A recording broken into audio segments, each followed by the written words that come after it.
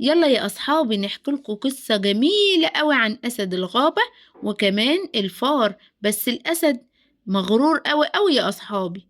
كان يا مكان كان في الغابة الأسد الجميل، أسد ملك الغابة. الأسد يا أصحابي كان مغرور جدا جدا وعارف إن هو أقوى حد في الغابة.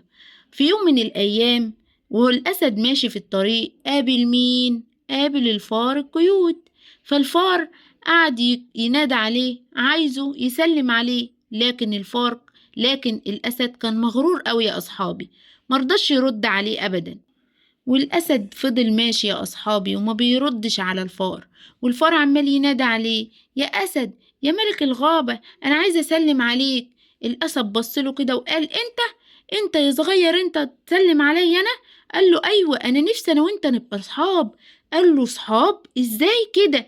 ده أنا الأسد، أنا أقوى حد في الغابة وأنت فار صغير، إزاي أبقى صاحبك؟ إزاي أكلمك وهزر معاك؟ والأسد يا أصحابي ساب الفار وزعلان ومشي لوحده. الفار يا أصحابي فضل زعلان أوي أوي وعارف إن الأسد هو أقوى حد، بس زعل أوي إنه مش راضي يصاحبه. وفي يوم من الأيام الناس اللي كانوا شغالين في الغابة عملوا فخ للأسد. عملوا فيه إيه؟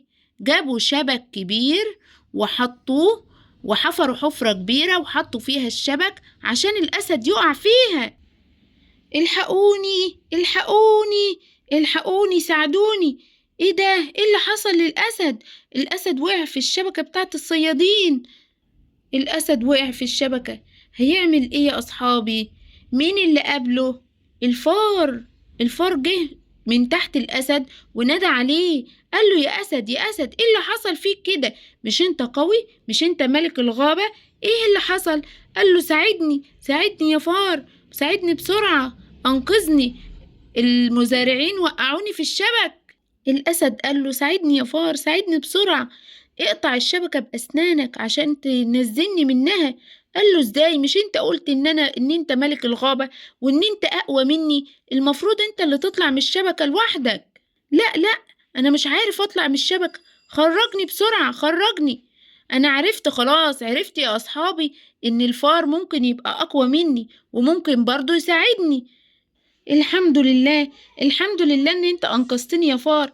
احنا من النهاردة هنبقى اصحاب عشان انت برضو قوي، قدرت تقطع الشبكة كلها عشان انا انزل منها وانقذتني منهم.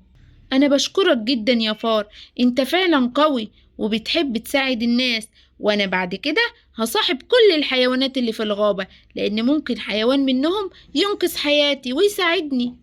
ايه رأيكم يا اصحابي في القصة بتاعة سيمبا وسمسم النهاردة؟